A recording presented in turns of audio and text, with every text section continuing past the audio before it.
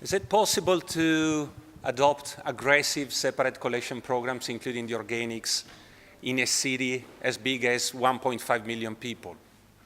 This is the question we want to answer today.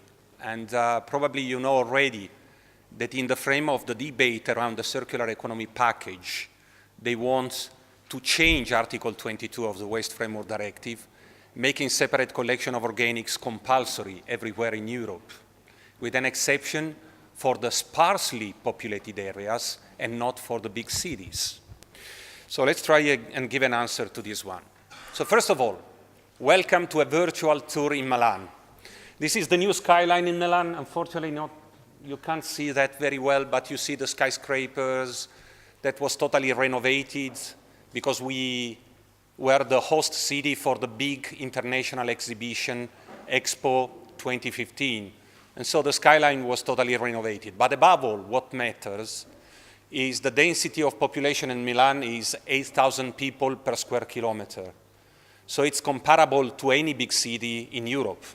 So what may be done in Milan may be done in any city in Europe.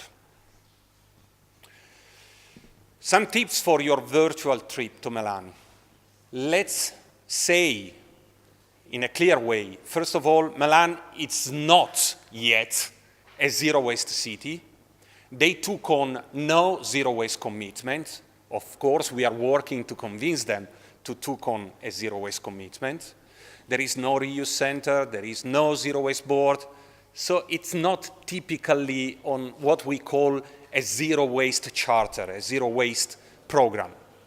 However, the fact that political will implemented curbside, aggressive curbside collection everywhere in Milan for 100% of the population makes it a good living example to show viability of the system, even in large cities. So it is a good lab, a good test case for a big city, and also because it is in Southern Europe. It's not Stockholm, it's not Berlin, it's not Hamburg, it's not Copenhagen. So we may say, okay, even the dirty Italians can play with dirt, and so we can do that everywhere. This was already shown. That's the picture of when we hosted the Spanish delegations coming from many Spanish cities coming to Milan. That was in November 2015, if I remember well. Just because Milan was showing the possibility to implement separate collection of the organics also in large cities. And we had people from Madrid, we had people from Zaragoza, I think I remember, from Barcelona, from the Balears, and so on and so forth. Also, the Commissioner Vella, addressing many parliaments, including the European Parliament, very often mentions Milan, alongside other case histories, such as Capannori, Treviso, and Parma. We have got Gabriele Folli here coming from Parma. He will be reporting about Parma. And he was mentioning them as living examples of the possibility to turn circular economy into reality, into operational programs. Because he knows, Vella, that first and foremost we have to convince the decision makers that aggressive separate collection may be implemented also in the densely populated areas. Normally they tell us, okay, a small village is easy, but what about a city with more than 1 million people? This picture is also reporting about the site visit by a delegation, a high-level delegation from New York City. New York declared a zero-waste commitment, a zero-waste 2030. Mayor Bill de Blasio said, okay, we want to go zero-waste. And then the operational managers told him, we've got a problem, sir. We are a city, a very big city with a very high density of population. How can we do that? And Bill de Blasio is half Italian. That's probably what made it easier. He told these managers, okay, I know about Milan, go there and check whether it's possible. And ever since, in the last 2 years, we had many site visits by the operational managers and then by the decision makers. This is a very high-level delegation from the New York City Department of Sanitation, Department of Waste Management from New York City. But let me share with you one key element about the importance of the organics, because actually organics are key in zero waste programs and in circular economy. And the importance is twofold. It's a quantitative importance, because you know, the organics are still the major part of our municipal solid waste. So there is no way to get to high recycling rates without including the organics in the program. But the importance is also from the qualitative and the operational angle, because once you take the organics out, residual waste will be much less fermentable, so you can reduce the collection runs for residual waste. First of all, this saves you money, and secondly, this is a further driver for better separation of paper, glass, metals, plastics, and so on and so forth. Can you see the map? I think you can see the map. These reports on the quantitative importance of the organics, and those are the kilograms per inhabitant and year of plain food waste without including garden waste, which is currently being collected in different Italian provinces. First of all, you can see that it's being done in northern Italy as in some southern parts of Italy, such as Sardinia. Sardinia did very good achievements in the last few years. Now Sardinia is closer to 60% than 55%. Sardinia is an island, so it's important to implement circular economy in an island in order to reduce the costs and have as much as possible recycled and composted. And also Campania, the region where Naples is. Yeah, still there are some critical issues in Campania, but Campania is above 50% on the average separate collection. And we have got three provinces, namely Salerno, Benevento, and Avellino, which are remarkably higher than 65%, which is the national target for separate collection in Italy. So it can be done everywhere. Also, you can see that the captures tend to be higher in southern Italy. This is sort of the Spanish legacy, because it's the life habits. Nicer life, they tend to prepare food at home twice a day, whereas in northern Italy, life is a little bit more grim. We tend to have a sandwich, a bocadillo for lunch, and then convenience food, frozen fish for dinner, so there is less organics. But in southern Italy, there are more organics, and this, I think, applies to most of Spain as well. But getting into the key question, is it viable for densely populated areas? This is a map of Lombardy, which is the most populated region in Italy, totaling a population of 10 million people. And the regional capital is Milan. And as you can see, the brown areas are those municipalities where separate collection of food waste has been already implemented. And that covers all the most densely populated areas, including Milan, whereas the two white areas are the mountain areas with sparse population, because it doesn't make much sense to implement separate collection there. We rather promote home composting. It's more sensible. So it is being done everywhere in densely populated areas in Lombardy, as in Veneto, as in Piedmont, in other Italian regions. This is a timeline of how the system was rolled out in time in Milan. Actually, curbside collection was started in 1995, but we only had separate collection of packaging waste, paper, glass, plastics, metals, and the organics from the large producers, the so-called HoReCa, hotels, restaurants, canteens, schools, and then similar activities such as green groceries, bakeries, and something like that. This did not lead to very high recycling rates. They were around 30%. Between 1995 and 2008, there were various pilots on separate collection of food waste from households, from families, implemented, but there was no political will. I totally agree to what has already been said. The difference between utopia and reality is the political will to implement. So in 2011, the brand new mayor in Milan, Pisapia, said, okay, I want to have separate collection of the organics. You know why? Because we were planned to be the host city for the Expo, and the leading theme for the Expo was feed the planet. And we convinced the mayor to tell the media, how can we feed the planet if we don't separate the organics? We need to give organic matter back to soils. So if we want to turn Milan into a sustainable city, we have to implement separate collection of the organics, also from the households.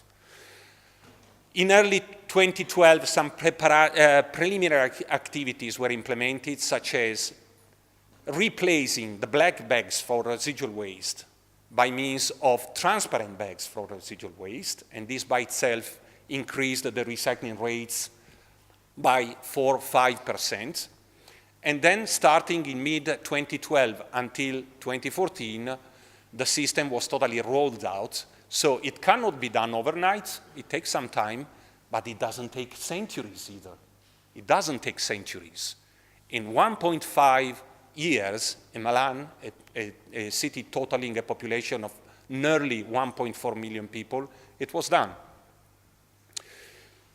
So we started. The city was split into 4 quarters. The first one started in November 2012, the second one in June 2013, the third one in December 2013, and the fourth and last one in June 2014. And each quarter was totaling a population of 350,000 people. And as you can see, each quarter was going down to the city center, because we wanted to show the evidence that it is feasible in the outskirts and in the densely populated city center. So some basics on source separation of food scraps. This has become a typical element of the operational landscape in Italian cities. We do that by means of the biodegradable and compostable bags in order to make the system user-friendly and comfortable and maximize the captures. We tend to use the open lorries. But what I would like to share with you is that unlike what happened already in Central Europe with commingled collection of food waste and garden waste, we have kept since the beginning food waste separated from garden waste because they are different.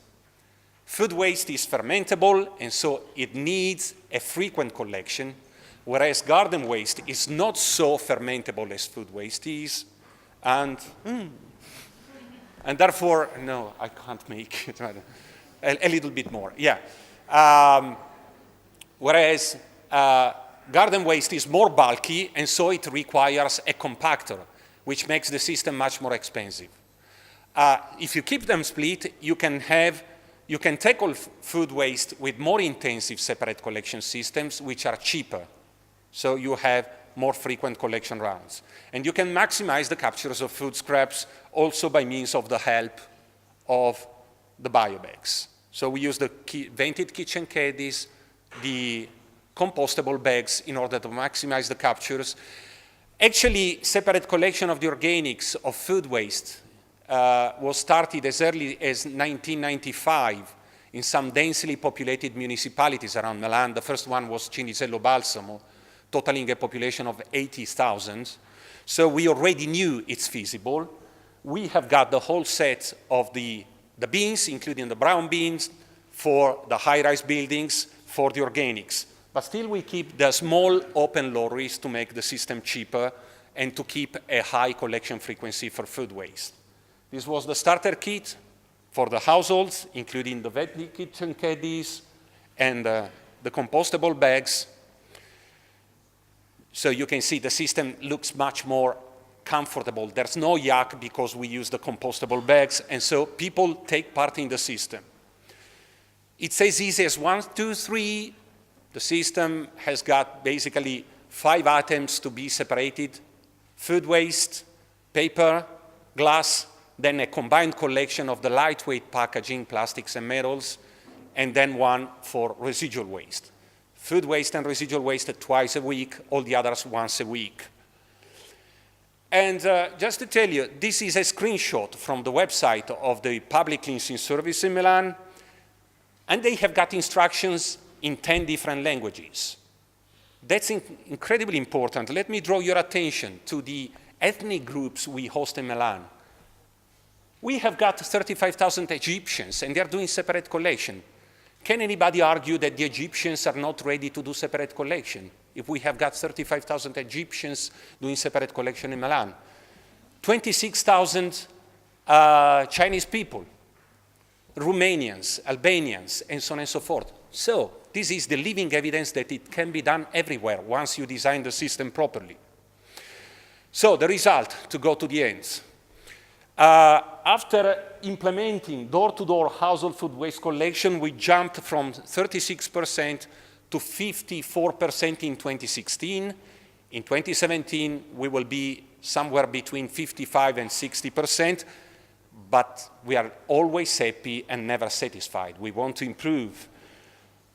So the results were diversion, roughly 100 kilograms food scraps per inhabitant and year, so it makes a total of 135,000 tons.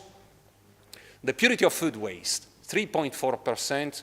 The worst case is 5%. So it's slightly higher than in the small villages. In the small villages, we typically have 98% purity, but still it's good to have a high-quality compost at most composting sites with a simplified screening system and a simplified refining system at the back end. And the support at customer satisfaction analysis, the first customer satisfaction analysis we did in 2013, 79% of the people said that they were satisfied with the system, but this grew to 92% in 2015. So there is a learning curve in the system. Of course, those who are not satisfied will phone the mayor during the first weeks and will send letters to the newspapers, but you have to keep in mind that that's the noisy minority. We want to hear them because they tell us what's not working in the system. But they are the minority. Most of the people, they are happy with the system. Okay? Just to cut it short, this is the evidence about the purity of collected food scraps. So what's next? We are always happy, but never satisfied. We want to improve.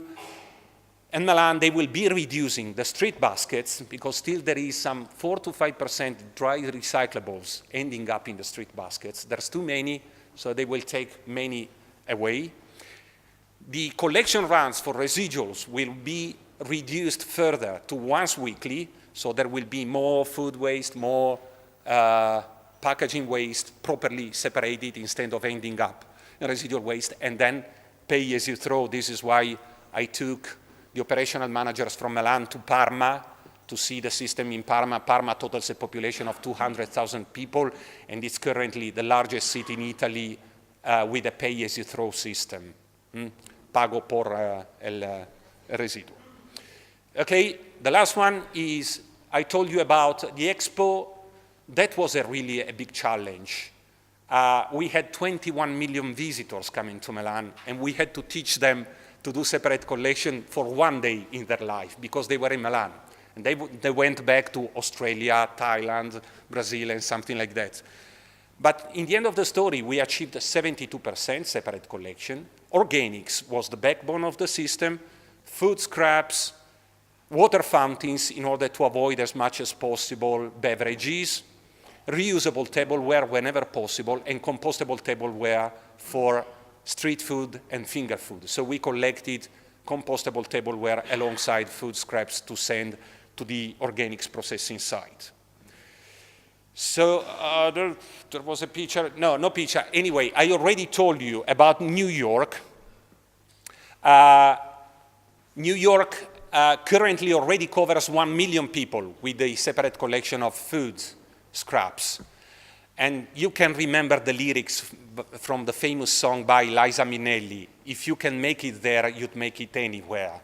So if they make separate collection of food scraps in New York and in Milan, certainly you will do it even better in Madrid, Zaragoza, Valencia, Alicante, Barcelona, and so on and so forth. Thank you very much for whatever you do with your food scraps to give it back to the soils. Thank you.